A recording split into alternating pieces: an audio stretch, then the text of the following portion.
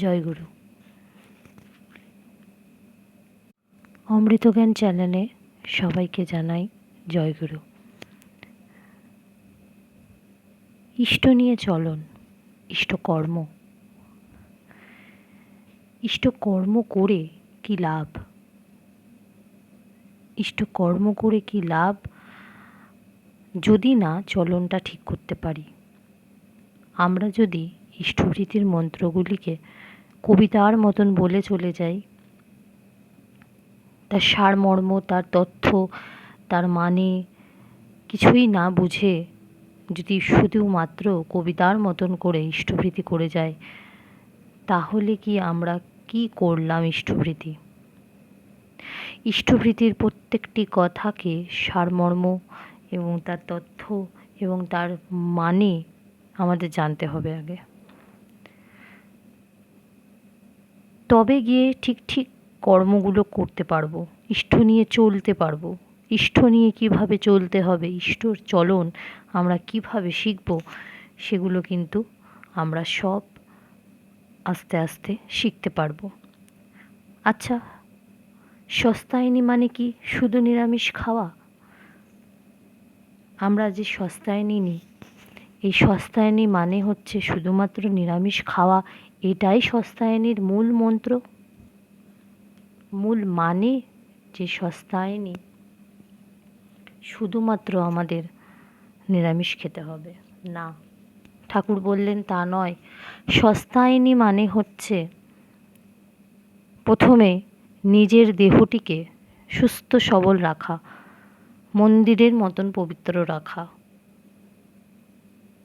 আমি মাছ মাংস আহার করছি না, অথচ নিরামিষ আহার করছি, নিরামিষ তরকারিতে বেশি তেল মশলা ঝাল দিয়ে রান্না করে পরিপাটি করে সেই রান্নাটিকে সুস্বাদু করে প্রত্যেক দিন খাচ্ছি, সেটি কিন্তু নয়।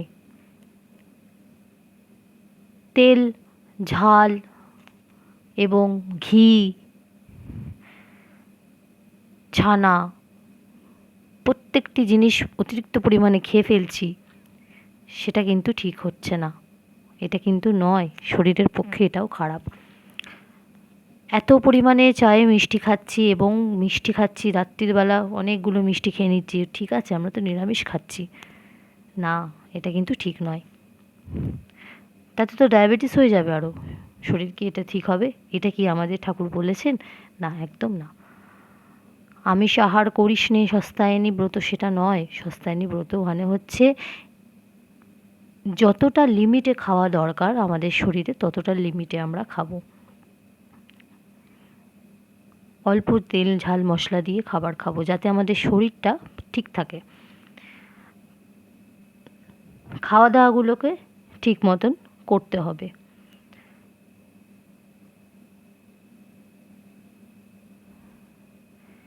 ইষ্ট মানে মঙ্গল, ইষ্ট মানে হচ্ছে কি মঙ্গল। ইষ্টকর্ম করে যেতে হবে আমাদের। ঠাকুরের ইষ্টকর্ম করতে গিয়ে আমরা যে আনন্দ পাই, যে তৃপ্তি পাই, সেই কাজ আর কোনো জায়গাতে পাবো না। এর মতন শান্তি আমরা আর কোথাও গেলে পাবো না।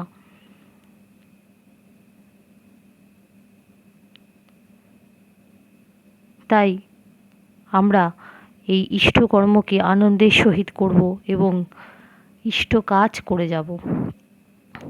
বরদাকে বলা হতো জীবন্ত সত্যনারায়ণ। কেন জানেন? কারণ বরদার মধ্যে প্রত্যক্ষভাবে আমরা দেখেছি সবসময় যে তিনি কিভাবে চলেছেন, তার চলন বলন কথাবার্তা সবেতে আমরা দেখেছি ঠাকুরের আদেশ প্রত্যেকটি পালন করে তিনি আমাদেরকে বুঝিয়ে দিয়ে গেছেন। উনি চলন্ত, উনি হচ্ছে জীবন্ত সত্যনারায়ণ। প্রত্যেকটা সত্যনারায়ণ বইয়ের প্রত্যেকটা কথার মধ্যে যে মিল, তার পুরোটাই যেন বরদার উদাহরণ। প্রত্যেক মেয়েকে আগে জগৎজননী হিসাবে দেখতে হবে, জগৎজননী রূপ দেখতে হবে প্রত্যেকটি মেয়েকে আগে জগৎজননীর রূপ হিসেবে দেখতে হবে।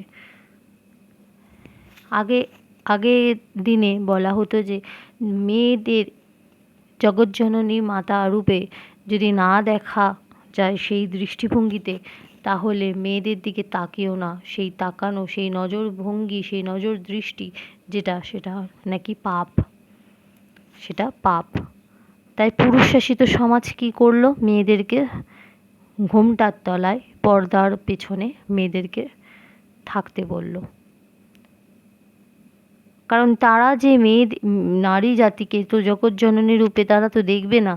তাদের দৃষ্টিভঙ্গির মধ্যে লালসা, কাম সমস্তগুলো যদি থাকে, তো মেয়েদেরকে ওই দৃষ্টিতে যদি দেখে, তখন কি হয়? পাপ হয়। তাই তারা কি করলো? পুরুষশাসিত সমাজ মেয়েদেরকে পর্দার আড়ালে পাঠিয়ে দিল।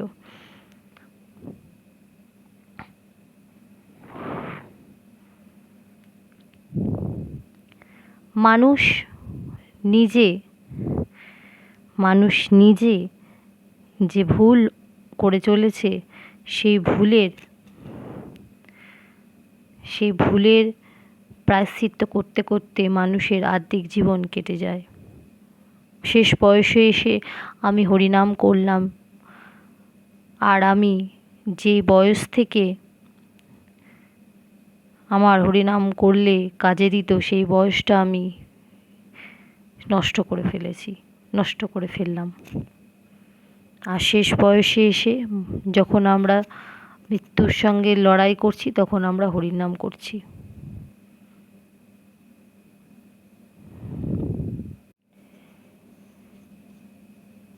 ঠাকুর বলেছেন, মেয়ের চাকরি মহাপাপ, বিপর্যস্ত শ্বশুর বাপ। এটি একটি ঠাকুরের বাণী। এই কথাটির অনেক মানে হয়। ঠাকুর কি মানে দিয়ে বুঝিয়েছেন সেটা কিন্তু আমাদের বলতে ভুল হয়, বা বোঝাতে ভুল হয়, বা বুঝতে ভুল হয়। মেয়ের চাকরি মহাপাপ, বিপর্যস্ত শ্বশুর বাপ। মেয়ের চাকরি মহাপাপ, বিপর্যস্ত শ্বশুর বাপ। যে দেশে চাকরি করার প্রবণতাটা বেশি থাকে, সেই দেশ কিন্তু উন্নতি কম করে। ঠাকুরের বিভিন্ন বাণীতে মেয়েদের উপার্জনের কথা বলা আছে। এই বাণীটি আমরা তুলে আনব। নারীর নীতি, চলার সাথে এবং সত্যান্বেষণে যে কোনো জেন্ডারের মানুষ কিন্তু পড়তে পারে। নারী নীতি কিন্তু শুধুমাত্র মেয়েদের জন্য নয়, বা সত্যান্বেষণ কিন্তু শুধুমাত্র পুরুষদের জন্য নয়। নারীর নীতিতেও ছেলেদের কথা বলা আছে, এবং নারী নীতিতে শুধু নারীদের কথা বলা নেই। কোথাও মেনশন করা নেই যে নারীর নীতিটা শুধুমাত্র মেয়েরাই পড়বে। নারীর নীতিতে মেয়েদের চলন বলন, মেয়েদের আচার আচরণ সমস্ত কিছু যেমন লেখা আছে, নারী নীতি কিন্তু ছেলেরাও পড়তে পারে। এখানে কিন্তু কোনো ভেদাভেদ নেই। মেয়েদেরকে চাকরি করতে বারণ করেছেন ঠাকুর। কেন? কারণ কি? ঠাকুর বলেছিলেন যে চাকরি করা মানে কি? চাকর হয়ে যাওয়া, তাই তো?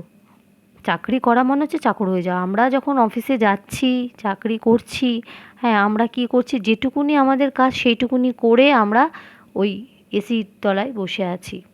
আমাদের যেটুকুনি কাজ সেটুকুনিই কিন্তু আমরা করি, তাই না? এর বাইরে কিন্তু আমরা কোনো কাজ করি না। অফিসে যেটুকুনি কাজ আমাদের, সেটুকুনি কাজ করি কম্পিউটারে বসে। তা আমাদের যে আরও বাইরে জানা দরকার, সেই দরকারটুকু কিন্তু আমাদের হয় না আর। তাই ঠাকুর বলেছিলেন কি, যে চাকরি জিনিসটাই ঠাকুর পছন্দ করতেন না। তিনি মেয়েদের বাড়িতে কুটির শিল্প বা নানান রকম শিল্প উপরে বেশি জোর দিয়েছেন। এমনকি তিনি এও বলেছেন যে মেয়েরা যদি কিছু কাজকর্ম করে উপার্জন করেন, সেই উপার্জনের টাকা যদি তারা সংসারে দেয় বা তাদের জন্য রাখে, তাতে কোনো অন্যায় নয়, কোনো পাপ নয়। এই কথাটা কিন্তু ভুল। মেয়ের চাকরি মহাপাপ, বিপর্যস্ত শ্বশুরবাপ। ঠাকুর কিন্তু এই কথাটার মানে এমনটাই বলেনি। মেয়েদেরকে চাকরি করতেই মানে মেয়েরা উপার্জন করতেই পারবে না এমন কথা তিনি বলেননি, চাকরি করতে না করেছেন, কারণ ঠাকুর কোনোদিনই চাকরি পছন্দ করতেন না।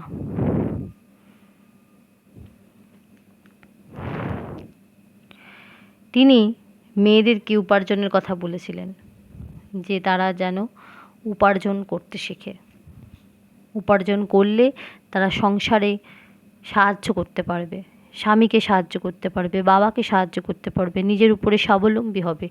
তাই ঠাকুর বলেছিলেন মেয়েদেরকে উপার্জন করতে, মেয়েরা নিজের পায়ে দাঁড়াবে। ভালোবাসা মানে কি? ভালোবাসা মানে হচ্ছে যিনি ভালোতে বাস করেন। স্বামী ভালোবাসে না, তাও তাকে ভালোবাসি। স্ত্রী আমার খেয়াল রাখে না, তাও তাকে ভালোবাসি। বাবা কিছু দেয় না, তাও তাকে ভালোবাসি। একেই প্রেম বলে। আমি এটাই বুঝি। একবার রানাঘাটের এক উকিল শ্রী ঠাকুরকে প্রশ্ন করেছিলেন যে আপনি চোরকে এত প্রশ্রয় দেন কেন? উত্তরে শ্রী ঠাকুর বলেছিলেন, ডাবের জল চোরের কাছে স্বাদ খেতে, আবার সাধুর কাছে একই স্বাদ, আর রুগীর কাছে কিন্তু অন্য। হাসপাতালে প্রয়োজন থাকলেও তাছাড়া চারিত্রিক দোষ, চারিত্রিক দোষ মানে মানসিক দোষ, মানসিক অসুস্থতা, তাই না? আমার যদি সর্দি হয়, আমার যদি সর্দি হয়, আপনি আমাকে শাস্তি দেবেন না। কি দেবেন? ঔষধ এনে দেবেন। শাস্তি দেবেন কি আপনি? শাস্তি তো দেবেন না। আমি তো মনে করি আমি সবার জন্য দায়ী। ঠাকুর বলেছিলেন, এক আমিই তো বহু হয়ে আছি, কাকে বাদ দেব আর কাকেই বা ফেলব?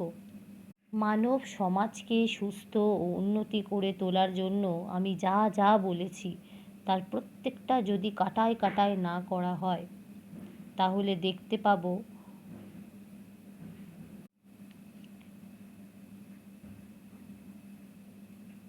এমন দিন এসে হাজির হবে যখন জনসাধারণের অস্তিত্ব রক্ষাই দুরূহ হয়ে উঠবে। শ্রী ঠাকুর বলেছিলেন, তখন তোমাদেরকেও সে আবর্ত থেকে রক্ষা পাওয়া কিন্তু কঠিন হবে। অনেকেই মনে করেন দীক্ষা নিলেই বুঝি দু একদিনের মধ্যে মন স্থির হয়ে যাবে। এ কিন্তু আর একটা নতুন ব্যাপার। শ্রীমা বলেছেন, মুনি ঋষিরা জন্ম জন্মান্তরে যা পায়নি, কত কষ্ট করে সাধন ভজন করে পেয়েছেন, তোমরা দেখছি হট করে ঝুট করে তা পেতে চাও। তা কি হয়? তারপরেই ঠাকুর বলছেন যে তবে ঠাকুর এসেছেন, সব সোজা করে দিয়েছেন। শিশিমা বলছেন,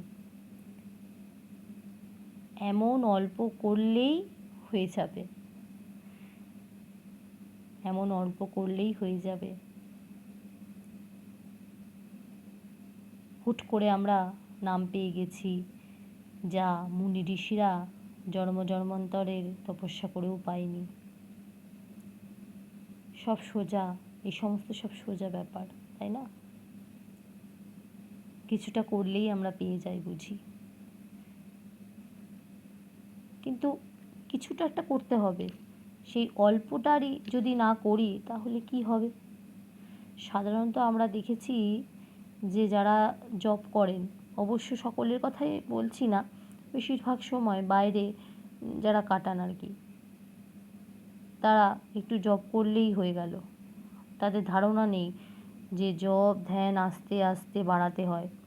যত বাড়াতে পারবো ততই তার দিকে আমরা এগোতে পারবো, তাই না? যতই বাড়াবো জব ধ্যানের যে এই যে টাইমিংটা, ততই কিন্তু আমরা এগোতে পারবো। জব ধ্যান সবসময় করে যেতে, জব মনের মধ্যে জব চলবে, দ্রুত গতিতে জব চলবে, গতির বেগটা বাড়াতে হবে জবের, তবেই তো হবে। তখন দেখবেন কি হবে, মন আপনি ধ্যানে চলে যাবে, তুমি টেরই পাবে না, কখন তুমি তোমার মনের মধ্যে ওই জব করা শুরু করেছো। মানুষ বড়ই আজব প্রাণী।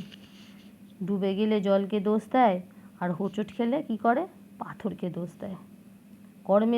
কর্মের দোষ আবার ভাগ্যকে দেয় মানুষ, কিন্তু নিজের ভুলটা কোনো দিনই দেখতে পায় না মানুষ, তাই না? নিজের ভুল কোনো দিনও দেখতে পায় না। নিজের কর্মদোষে নিজেরাই আমরা শাস্তি পাই, আর দোষ দিই কাকে? উপরওয়ালাকে। তোমাকে আমি এত করে ডেকেছি, তুমি তাও আমার ডাকে সাড়া দিলে না ভগবান। আমার কর্মফল যে আমাকে ভুগতে হবে সেটা কিন্তু মানুষ ভুলে যায়। কি মানুষ আজব প্রাণী, তাই না? বড্ড আজব প্রাণী হচ্ছে এই মানুষ। আর মানুষের মনে একবার যদি অহংকার ঢুকে যায়, অহংকার কিন্তু মানুষকে একদম শেষ করে দেয়। অহংকার মানুষের মূল পতনের কারণ হয়ে দাঁড়ায় বেশি অহংকার করলে। একটা ছোট কথা বলি, ছোট করে একটা কথা বলি। সূর্যদেব আমাদের কি করে? সূর্যদেব তো আমাদের রোদ দেন, কিরণ দেন। রৌদ্র আমাদের নানান উপকারের লাগে, নানান উপকার হয়, এটা কিন্তু আমরা সবাই জানি। সূর্যদেবের অহংকার কি? সূর্যদেবের অহংকারটা কি? আমি বড়, আমার আলোতে পৃথিবী অন্ধকার দূর করে। এটা হচ্ছে কি সূর্যদেবের কিন্তু অহংকার এটা। আবার মেঘ এসে সূর্যকে ঢেকে দেয়। এখন মেঘ ভাবলো আমিই তো বড়, আমি বড়, এত বড় সূর্য, তাকে আমি ঢেকে দিই। তখন মেঘ তো ভাবলো সে কথা, যে আমি এত বড় সূর্যকে ঢেকে দিই, তাহলে আমিই সব থেকে বড়। আর পবন ভাবলো কি? বাতাস, বাতাস কি ভাবলো? আমি তো মেঘকেও উড়িয়ে নিয়ে চলে যাই, আমি তো মেঘকেও উড়িয়ে নিয়ে যাই, তাহলে আমিই বড়।